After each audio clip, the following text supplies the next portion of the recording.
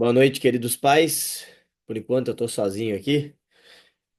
Tô um pouco gripado. Por causa desse frio aí, acabei prejudicando um pouco a minha saúde. Estou um pouco gripado, mas eu vou honrar com o nosso horário, sempre às 7 horas. Acredito que, enfim, as pessoas logo logo devam estar se conectando. E aí, à medida que vocês forem entrando, a gente vai fazendo o nosso estudo. E caso não se conecte ninguém, eu vou deixar gravado esse vídeo à disposição para vocês assistirem depois, tá bom? Como de costume, a gente costuma iniciar fazendo uma oração. E como não tem ninguém, eu vou fazer a oração sozinho mesmo. Geralmente a gente tem algum pedido ou agradecimento especial, mas eu vou orar para a gente poder iniciar, tá bom? Oremos. Querido Deus, bondoso Pai, graças te damos, Senhor, porque tu és um Deus de amor, de misericórdia, de oportunidades. Estamos iniciando, Senhor, mais um estudo. Queremos pedir a tua bênção, a tua proteção, que possamos ouvir a tua voz, sentir o teu Espírito Santo conduzindo esse estudo. Tudo isso oramos, pedindo e agradecendo em nome de Jesus. Amém. Então, nós vamos iniciar o nosso estudo. Eu vou compartilhar aqui. Ah,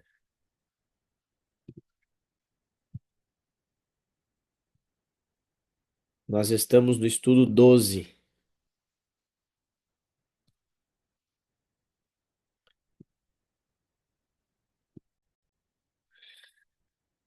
Então, o estudo de hoje, o estudo 12, ele tem como título Santuário de Deus.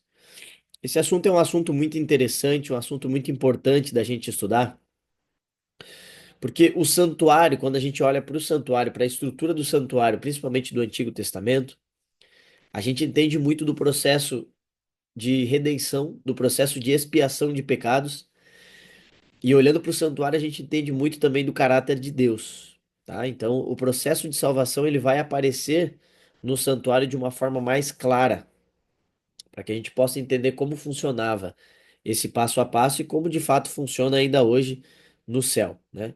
Então, tem um título aqui inicial que a gente costuma ler no início para a gente poder entender um pouco mais do que está falando. Boa noite, Ed, bem-vinda. Eu já estou tocando o barco aqui, mas seja bem-vinda, tá? Então, a gente vai falar hoje sobre o Santuário de Deus. Eu tô um pouco gripado, por isso que a minha voz tá assim meio embargada, mas a gente vai dar continuidade. O santuário ele é um tema muito importante da gente estudar. Acho que à medida do nosso estudo, alguns pais ainda vão se conectar e até lá a gente vai dando continuidade. Então, para iniciar, tem um textinho aqui que geralmente fica como base para nós, e o texto diz o seguinte: a fim de que possamos desfrutar plenamente os benefícios do Evangelho, devemos entender a obra que Jesus fez por nós no passado, o que ele faz agora e o que fará no futuro. Podemos compreender esse assunto estudando o ritual do santuário terrestre dos israelitas, que prefigurava o atual ministério de Cristo no santuário celestial. É fundamental que entendamos o que a Bíblia ensina sobre esse tema. Então, a gente vai estudar e vai entender um pouquinho mais com relação ao processo do santuário. Boa noite, Vanessa, seja bem-vinda também. A gente está começando aqui agora, a gente recém terminou de ler o nosso texto. Mas a gente vai entender então agora um pouquinho de como funcionava o santuário no Antigo Testamento e como funciona também o processo daquilo que Cristo está fazendo hoje no santuário celestial. Então existe uma diferença entre esses dois santuários, o terrestre e o celestial, mas eles têm alguns pontos em comum. A primeira pergunta de hoje diz assim: que pedido especial fez Deus a Moisés? Então, para a gente iniciar o estudo, a gente vai ler o que está em Êxodo capítulo 25. Vou pegar minha Bíblia aqui.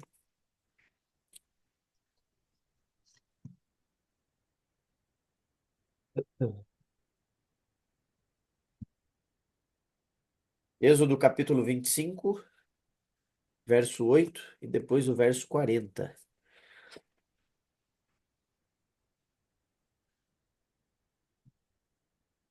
Êxodo capítulo 25, nós vamos ler o verso 8, o 8 e o 9, e aí depois eu vou pular para o 40. Diz assim, ó, Êxodo 25, capítulo 25, verso 8 e 9. E farão um santuário para mim, e eu habitarei no meio deles. Façam tudo como eu lhe mostrar, conforme o modelo do tabernáculo e de cada utensílio. Aí o verso 40 diz assim: Tenha o cuidado de fazê-lo segundo o modelo que lhe foi mostrado no monte.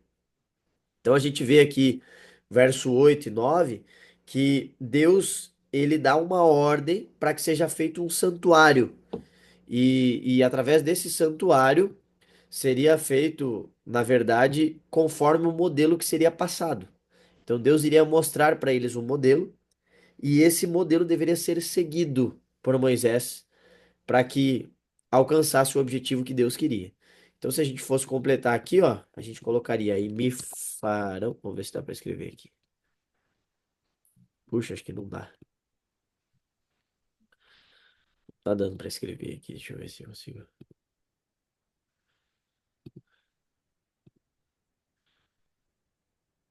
Me farão.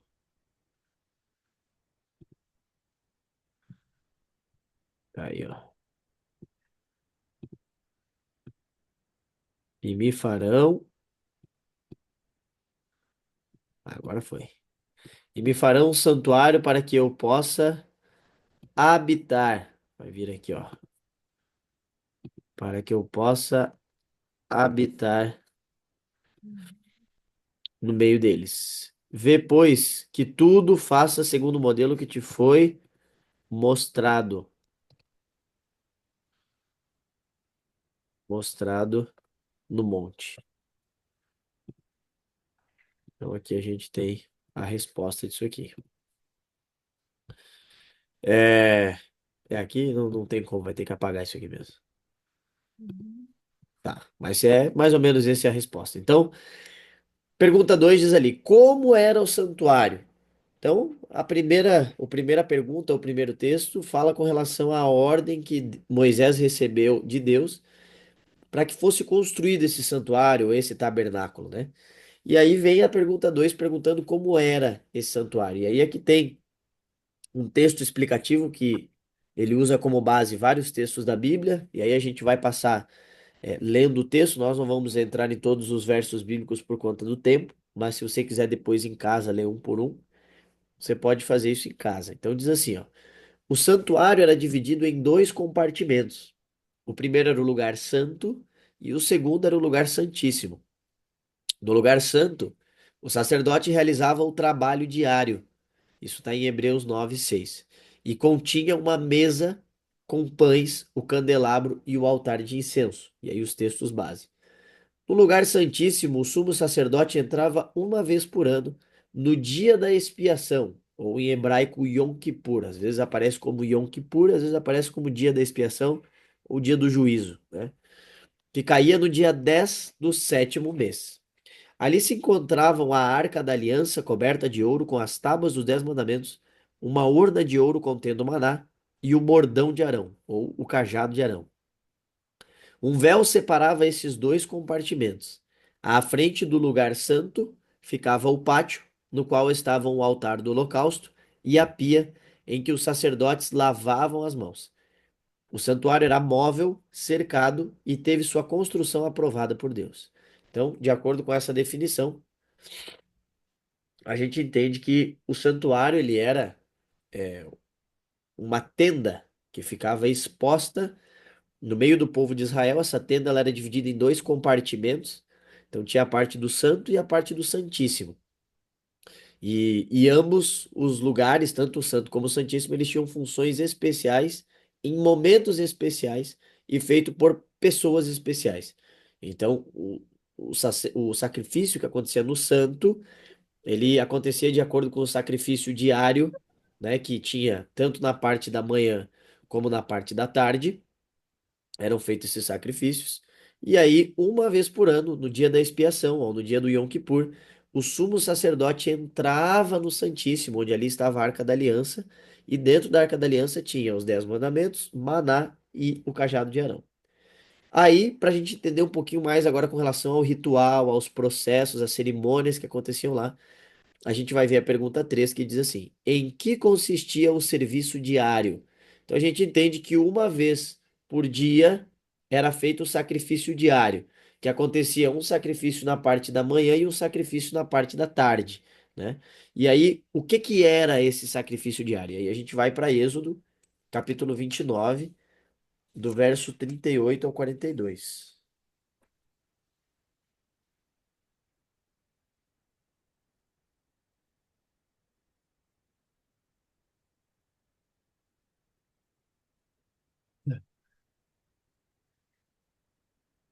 Êxodo capítulo 29, do verso 38 ao 42, traz a resposta para nós que diz assim, ó: Eis o que você terá que sacrificar regularmente sobre o altar.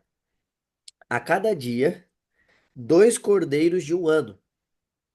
Ofereça um de manhã e o outro ao entardecer. Com o primeiro cordeiro, ofereça um jarro da melhor farinha misturada com 1 litro de azeite de olivas batidas e 1 litro de vinho como oferta derramada. Ofereça o outro cordeiro ao entardecer com uma oferta de cereal e uma oferta derramada como de manhã. É oferta de aroma agradável ao Senhor, preparada no fogo. De geração em geração, esse holocausto deverá ser feito regularmente à entrada da tenda do encontro diante do Senhor. Nesse local eu os encontrarei e falarei com você. Ali me encontrarei com os israelitas, e o lugar será consagrado pela minha glória. Então a gente vê que eles recebem a ordem no Antigo Testamento de terem 2 sacrifícios. O primeiro era feito na parte da manhã, o outro na parte da tarde. O sacrifício da manhã, ele era acompanhado, além do cordeiro, um jarro de farinha misturada com 1 litro de azeite de olivas, né? Então, você tinha o cordeiro, farinha misturado com 1 litro de azeite de olivas, e aí você tinha a oferta derramada, que era 1 litro de vinho, né? E na parte da tarde, ao invés da farinha misturada com azeite de oliva, era feito o cordeiro, uma oferta de cereal e a oferta derramada, que era semelhante ao que acontecia na manhã com o vinho sendo derramado ali. Então, sacrifício diário tinha um na manhã e um à tarde. Todos os dias, a ordem era que fosse sacrificado um cordeiro na parte da manhã e um na parte da tarde, com essa diferença, onde na manhã era farinha com óleo e na parte da tarde cereal. E ambos tinham a oferta derramada, que era em formato de vinho derramado, né? Então, em que consistia o serviço diário? Oferecer 2 cordeiros, oferecer 2 cavalos, oferecer 2 aves, né? Eram 2 cordeiros que eram oferecidos. Então, aqui não tem como marcar, acho que deu problema no meu leitor de PDF, mas a opção é oferecer 2 cordeiros. Aí vem a próxima pergunta que diz: qual era a festa que dava fim ao ciclo anual das cerimônias? Então tinha uma festa que marcava o fim do ciclo anual das cerimônias. Que festa era essa? Aí a gente vai para Levítico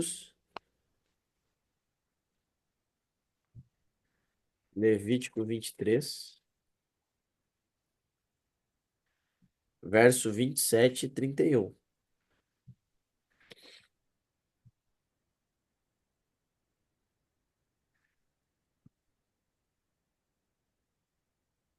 Do verso 27 ao 31. Diz assim: O 10º dia deste 7º mês é o dia da expiação. Façam uma reunião sagrada, e humilhem-se e apresentem-se ao Senhor uma oferta preparada no fogo. Não realizem trabalho algum nesse dia, porque é o dia da expiação, quando se faz propiciação por vocês perante o Senhor, o Deus de vocês. Quem não se humilhar nesse dia será eliminado do seu povo. Eu destruirei do meio do seu povo todo aquele que realizar algum trabalho nesse dia. Vocês não realizarão trabalho algum. Este é um decreto perpétuo para suas gerações, onde quer que morarem. É um sábado de descanso para vocês, no qual vocês se humilharão, desde o entardecer do 9º dia do mês até o entardecer do seguinte, vocês guardarão esse sábado. Aqui é importante a gente destacar um conceito também, que a palavra sábado que aparece aqui, ela, por vezes no hebraico, ela se refere ao 7º dia da semana, né? Que é de fato o sábado após a sexta, mas também tinha-se o hábito de, por vezes, ãh, no hebraico, se referir ao termo sábado como sendo dia de festas. Então, o sábado na Bíblia nem sempre vai ser o sábado se referindo ao dia, da semana, né? E às vezes o sábado aparece como um contexto de festa. Isso porque, na visão hebraica ou judia, né, israelita, o sábado é de fato um dia de festa. Então, por vezes, o sábado ele aparece aqui como sendo dia de festas, né? E aqui faz um pouco mais de sentido que seja assim, porque se era sempre no 10º dia do 7º mês, às vezes não ia cair no sábado, igual acontece hoje, né? Quando você vira o ano e vira os dias, nem sempre vai dar certinho, né? Porque tem a quebra dos dias. Então, às vezes, no Antigo Testamento, o sábado, esse termo se referia a dia de festas. Por isso que, inclusive, antes, ele é citado ali o contexto deles estarem envolvidos em festas, né? Mas, enfim. Então, quando a gente olha para esse texto aqui do verso 26 ao verso 32, a gente entende que eles, de fato, deveriam valorizar essa festa, né? Ou esse ciclo. Por isso que a pergunta diz, né? Qual era a festa que dava fim ao ciclo anual das cerimônias? Essa festa, ou esse dia, ou essa cerimônia, ou esse momento de ritual, era chamado de dia da expiação, ou dia da propiciação, né? Também pode ser traduzido assim, ou dia da purificação, que era o Yom Kippur. São duas palavrinhas aí, né? O Yom é a palavra dia em hebraico, ou em hebreu, e Kippur é a purificação, ou expiação, propiciação, o dia da purificação, onde seria ali feito a expiação por todos os pecados do povo de Israel. Aí a gente vai para a pergunta 5, que diz assim: em que consistia a purificação do santuário? O que era a tal purificação do santuário? Aí a gente tem aqui o texto de Levíticos capítulo 16. Ele tem um capítulo separado para isso. Por conta do tempo, a gente não vai ler exatamente tudo que está aqui, né? Mas ele tem todos os detalhes do verso 1 em diante, ali o capítulo 16, ele é separado para falar sobre as cerimônias e o processo do dia da expiação.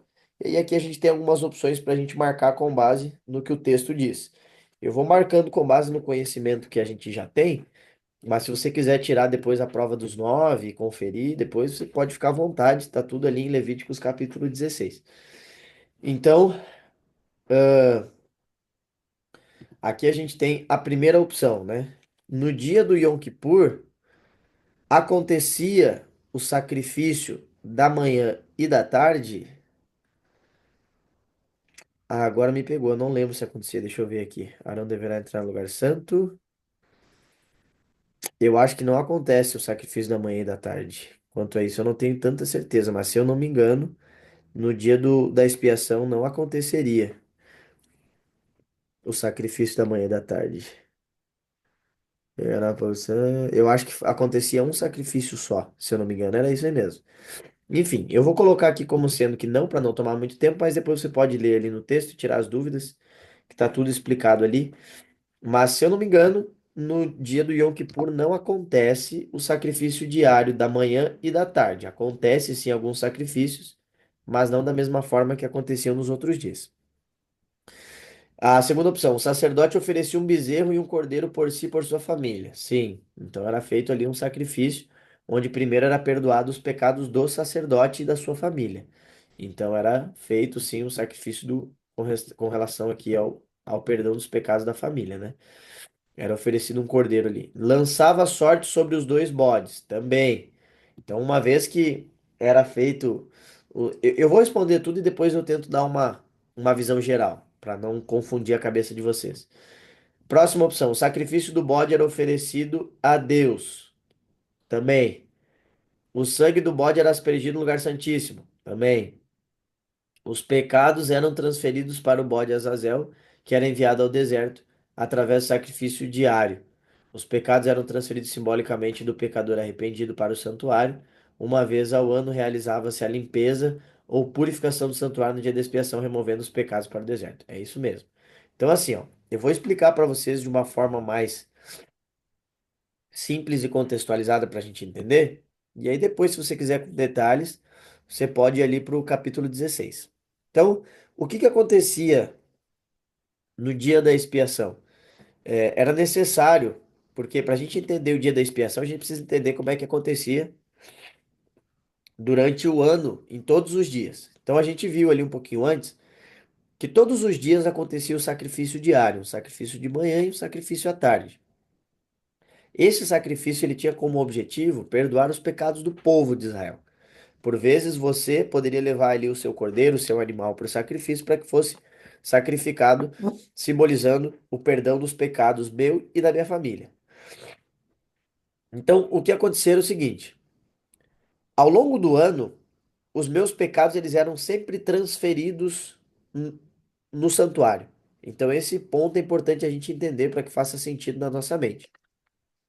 Segundo o texto bíblico, deixa eu adicionar aqui. Recebi uma ligação aqui. Deixa eu ver se eu consigo voltar aqui. Foi. Então, o que acontece é o seguinte: nós tínhamos, no caso no Antigo Testamento, todos os dias sacrifícios pela manhã e sacrifício à tarde. Esse sacrifício eles tinham como objetivo transferir os pecados. É importante a gente entender esse termo, porque os pecados eles, para que eles fossem pagos, eles precisavam do derramamento de sangue. E aí existem alguns textos da Bíblia que fortalecem essa ideia, né? De que não há purificação de pecado sem derramamento de sangue. Então, como que acontecia? Eu pequei. Então, se eu pequei, a minha família pecou, eu estou em pecado. E esse pecado habita em mim. Se eu tivesse morando no Antigo Testamento, então eu levaria um cordeiro até o santuário e aí eu iria transferir os meus pecados para esse cordeiro. Então, aí tinha até o fato da cerimônia, da imposição de mãos, não é porque havia nada místico na mão, mas era uma simbologia de dizer que através disso os meus pecados estavam passando para aquele cordeiro. Então eu cometi meus pecados, passei os meus pecados para o cordeiro, e agora os pecados já não estão em mim, eles estão no cordeiro. Mas o cordeiro ainda não pagou pelo pecado. Ele carrega os meus pecados, mas ainda não pagou por ele. O que acontecia? O sacerdote sacrificava o cordeiro, e aí esse cordeiro, em algumas vezes, ele era levado ao fogo e era consumido pelo próprio sacerdote, ele comia parte desse cordeiro, e ele pegava o sangue desse cordeiro e aspergia no santo. O sacerdote jogava o sangue na tenda, no compartimento do santo, né? Aspergia esse sangue lá. Então, o que que acontecia dentro da lógica? Se o meu pecado foi passado para o cordeiro era morto, agora o pecado estava no sangue do cordeiro. Quando o sacerdote comia parte da carne do cordeiro, parte do meu pecado estava também sobre o sacerdote. E parte do meu pecado ia para o sangue que era aspergido no santo. Beleza. Isso acontecia todos os dias. Então, por conta disso, os pecados do povo de Israel se concentravam no sacerdote e no santuário, porque ao longo do ano todos os pecados eram jogados ali sobre a tenda do santuário, no lugar santo, né? Quando chegava o dia da expiação, ou Yom Kippur, agora era necessário que o santuário fosse purificado, porque ele estava sujo com os pecados do povo de Israel. Por isso que acontecia o dia da expiação, porque era necessário pagar aqueles pecados e purificar o santuário. E aí, como acontecia essa purificação? Para iniciar o processo, o sacerdote, ele precisava primeiro oferecer um sacrifício referente ao cordeiro, um cordeiro referente ao sacrifício dele e da sua família. Então ele fazia esse sacrifício para que ele pudesse se purificar e ele não tivesse mais pecado para iniciar o processo de purificação. Aí depois, então, o sumo sacerdote, no caso, no dia do Yom Kippur, quem aparece é a pessoa do sumo sacerdote, que são funções diferentes. Eu sei que pode parecer um pouco complexo, porque é um assunto cheio de terminologias. Mas com o tempo a gente entende um pouquinho mais, e se você ler com calma ali o capítulo 16, você vai entender um pouquinho melhor. Mas o fato é o seguinte: sacerdote era um tipo, era uma classe, era tipo uma função. Sacerdotes era uma função que tinha no Antigo Testamento. E existia mais de um sacerdote, eram sacerdotes, né? Só que entre os sacerdotes tinha um que era o sumo sacerdote, que ele estava acima dos sacerdotes. E esse sumo sacerdote era quem ia fazer o processo de expiação no dia da purificação. Então, esse sumo sacerdote fazia um sacrifício pelo cordeiro, pelo seu pecado, pelo pecado da sua família. E aí ele pegava dois bodes. Quando ele pegava dois bodes, ele lançava sorte sobre esses dois bodes. E aí, como assim lançava sorte? É como se ele fosse. Era um modo que eles diziam de meio que tirar no par ou ímpar, ou jogar um dado para cima, enfim, para selecionar um dos bodes. Isso não entra em contexto, né? Então, um dos bodes era selecionado para ser o bode emissário, e o outro bode era selecionado para ser o bode do sacrifício. Então, sobre esses bodes era feita imposição de mãos e era passado os pecados para esse primeiro bode, e esse primeiro bode ele era sacrificado. Esse primeiro bode que era sacrificado, ele pagava os pecados do povo de Israel. Porque aí, entendendo a lógica, o sumo sacerdote se purificou primeiro, depois ele entrava no santuário, e o santuário estava impuro, e aí ele sacrificava esse bode para significar a purificação do santuário. Né? Então, através da morte desse bode, que era transferido todos os pecados do povo de Israel, inclusive os pecados da tenda eram transferidos para ele. Esse bode, quando ele morria, ele então purificava e pagava todos os pecados. E uma parte dos pecados também era passado para esse bode que era chamado bode emissário, ou bode para Azazel, né? Qual é o significado de tudo isso, né? Quando a gente olha para todo esse contexto, pode parecer um pouco estranho, né? Porque tipo assim, puxa, no Antigo Testamento mata bode, mata cordeiro, parece de fato, é assim, uma religião meio seita, né? Um negócio meio estranho de ficar sacrificando bicho. Mas tinha um contexto por trás que tinha uma lógica de salvação. E esses bodes, eles simbolizavam, um simbolizava a Cristo e o outro simbolizava Satanás. Cristo simbolizava o bode que morria pagando por todos os pecados do povo e purificando o santuário. E o bode para Azazel, ou esse bode emissário, ele era um bode que ele era enviado no deserto e esse não morria com derramamento de sangue porque ele não pagava os pecados do povo. Porque quem de fato morreu pagando os pecados de todo o povo de Israel foi Jesus. Então, esse era o significado por trás de toda essa cerimônia. E isso acontecia muito antes de Jesus vir à Terra. Então, a gente entende que todo esse processo já foi estabelecido por Deus antes da vinda de Jesus e foi seguido exatamente da forma como foi proposto, né? E aí, quando a gente olha, inclusive, para o contexto do bode Azazel que vai para o deserto e fica um tempo no deserto até morrer, a gente entende esse período como sendo o período do milênio que a gente já estudou. Lembra que durante o milênio, Satanás vai ficar 1000 anos aqui na terra, no deserto, sem ter a quem tentar?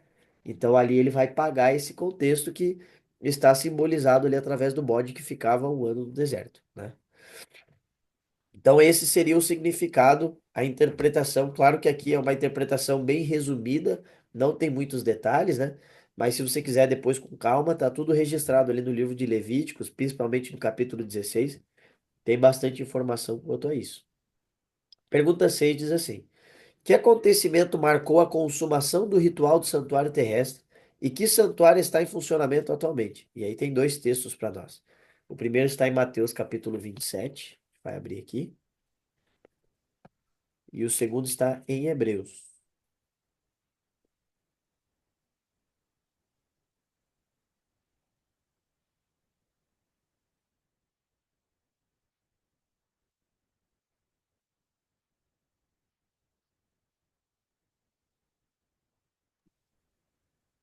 Então vamos lá, Mateus capítulo 27, do verso 50 ao 51, diz o seguinte para nós: depois de ter bradado novamente em alta voz, Jesus entregou o Espírito. Naquele momento, o véu do santuário rasgou-se em duas partes, de alto a baixo. A terra tremeu e as rochas se partiram. Aí a gente vai para Hebreus capítulo 8 e vai trazer o texto complementar para nós. Hebreus 8, verso 1 e verso 2. Diz assim, ó: o mais importante do que estamos tratando é que temos um sumo sacerdote como esse, o qual se assentou à direita do trono da majestade nos céus e serve no santuário, no verdadeiro tabernáculo que o Senhor erigiu, e não o homem. Ou seja, fica claro pra gente aqui que no céu tem o quê? Tem um santuário. E no céu tem um santuário verdadeiro. E lá tem um sumo sacerdote também, que reina, né? Ou que de certa forma se assenta, né? Ele serve nesse santuário que é o santuário verdadeiro que não foi erigido por mão de homem. E quando a gente olha para o Antigo Testamento, quem construiu o santuário foi Moisés e o povo hebreu, né?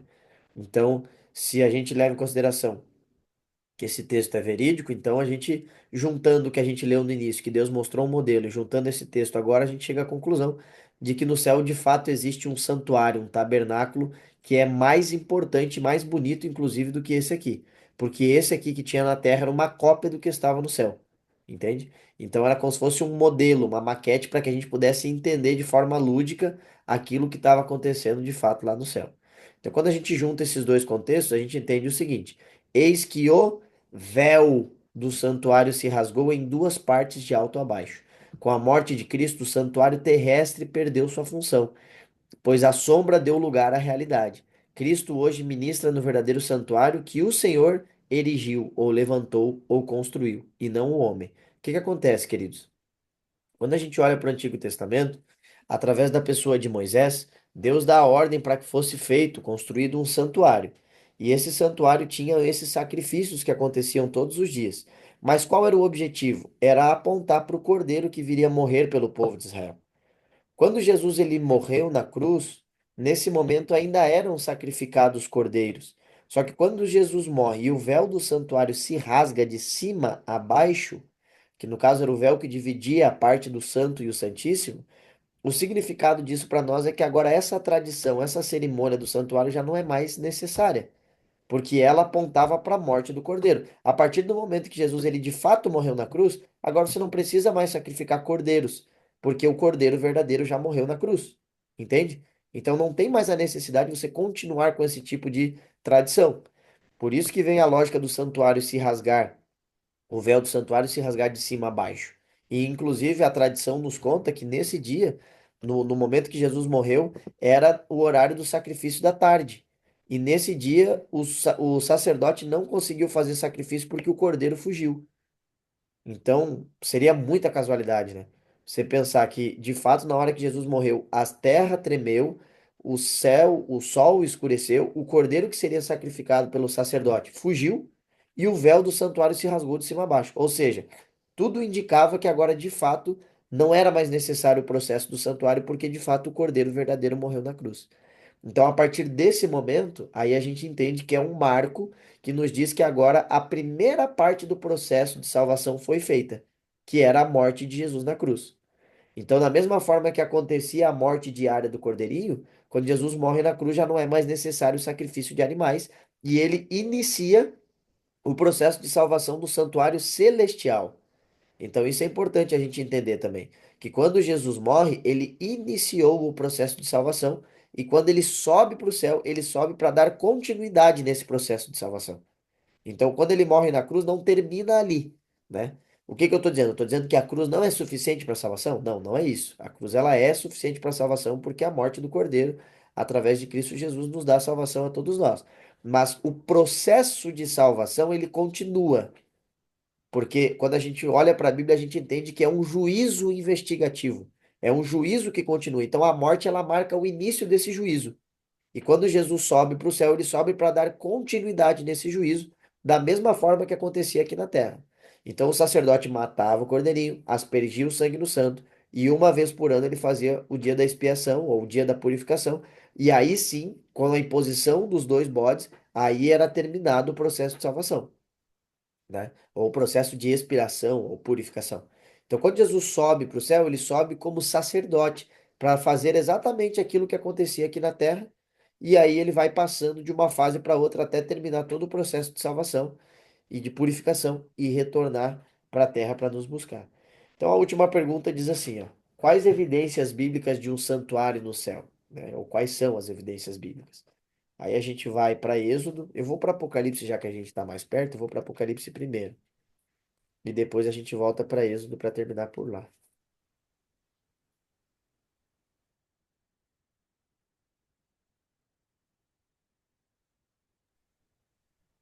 Apocalipse capítulo 4, verso 5.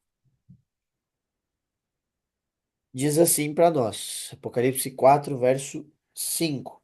Diz assim: do trono saíam relâmpagos, vozes e trovões. Diante dele estavam acesas 7 lâmpadas de fogo, que são os 7 Espíritos de Deus. E diante do trono havia algo parecido com um mar de vidro claro como cristal.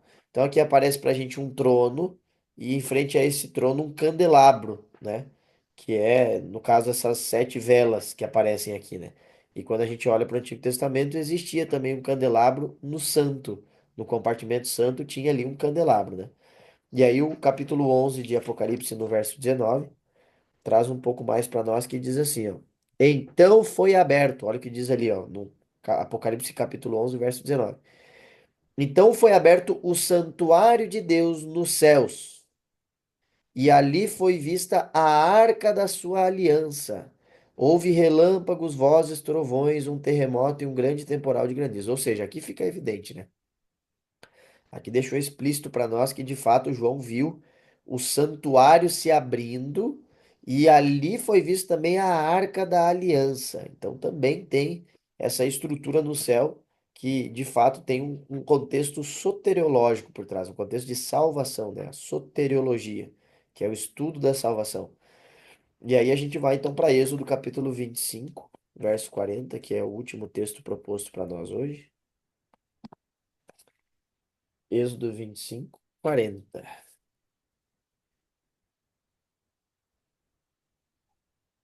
Êxodo capítulo 25, verso 40, diz assim para nós: Tenha cuidado de fazê-lo segundo o modelo que lhe foi mostrado no monte. Então é um texto que a gente já leu lá no início, né? Mas que reforça o conceito de que, de fato, o santuário ele segue um modelo que foi mostrado para Moisés. E aí a gente conclui com o texto que diz: Abriu-se então o santuário de Deus que se acha no céu, e foi vista a arca da aliança. A exemplo do que ocorria no santuário terrestre, Jesus está realizando em nosso favor duas atividades no santuário celestial: intercessão, e aí tem os textos ali, simbolizada pelo serviço diário, e julgamento, representado pelo dia da expiação. Sempre que um pecador arrependido vai a Deus em nome de Jesus e pede perdão, Cristo intercede por ele no santuário celestial, aplicando em seu favor os méritos de seu sacrifício na cruz. Mas ele também realiza o trabalho de juiz neste momento. O próximo estudo esclarecerá esse tema. Então, queridos, por hoje a gente entendeu um pouquinho a estrutura física, lógica, o processo que acontecia ali no santuário. E aí, no próximo estudo, a gente vai entender um pouquinho mais desse juízo investigativo.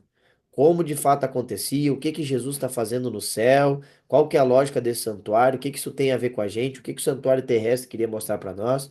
Então, esse estudo de hoje ele é mais básico, mais introdutório. E o estudo da próxima semana ele traz com mais clareza para a gente entender de fato o que está acontecendo no céu, qual é o contexto real disso, né? O que que Jesus está fazendo hoje lá no céu? Porque será que Jesus subiu só para construir casa para gente? Não, ele subiu porque além disso ele tem uma responsabilidade a ser cumprida, né? E aí quando isso se concluir, ele retorna para nos buscar. Então a recapitulação diz, né? O santuário terrestre foi feito segundo o modelo do santuário do céu. Era dividido em dois compartimentos, o Santo e o Santíssimo. O sacerdote oferecia dois cordeiros, um pela manhã e outro à tarde. No dia da expiação era feita a remoção dos pecados. E Jesus hoje está atuando no verdadeiro santuário que existe no céu. E aí tem o nosso compromisso de fé, que consiste: creio que existe um santuário no céu. Você acredita nisso? Se você acha que isso é real, é bíblico, não é inventado, você leu no texto e acha que de fato faz sentido, você vai marcar aqui.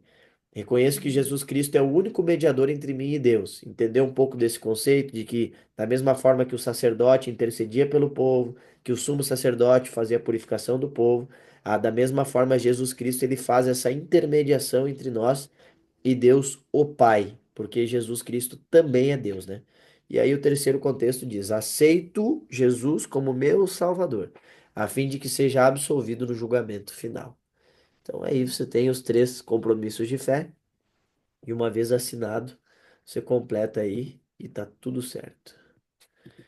Queridos, por hoje é isso. É um estudo um pouco mais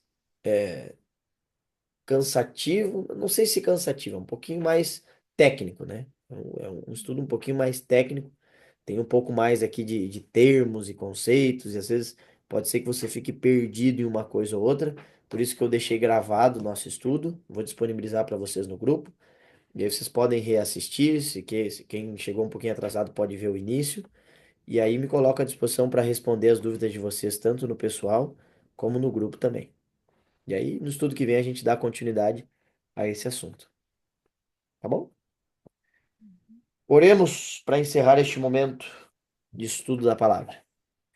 Senhor Deus, amado Pai, obrigado, Senhor, por mais um dia, pelas bênçãos que derrama sobre cada um de nós.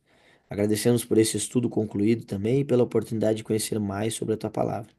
Permanece conosco, Senhor, no restante dessa noite, dá-nos um bom descanso e um bom despertar amanhã na tua presença. Ajuda-nos a entender mais sobre a tua palavra, sobre o conceito do santuário e sobre o que o santuário tem a nos mostrar sobre o caráter de Deus. Permanece conosco e oramos em nome de Jesus. Amém. Um abraço, queridos. Deus abençoe. Até quarta-feira que vem. Bom descanso a todos. Amém. Bom descanso.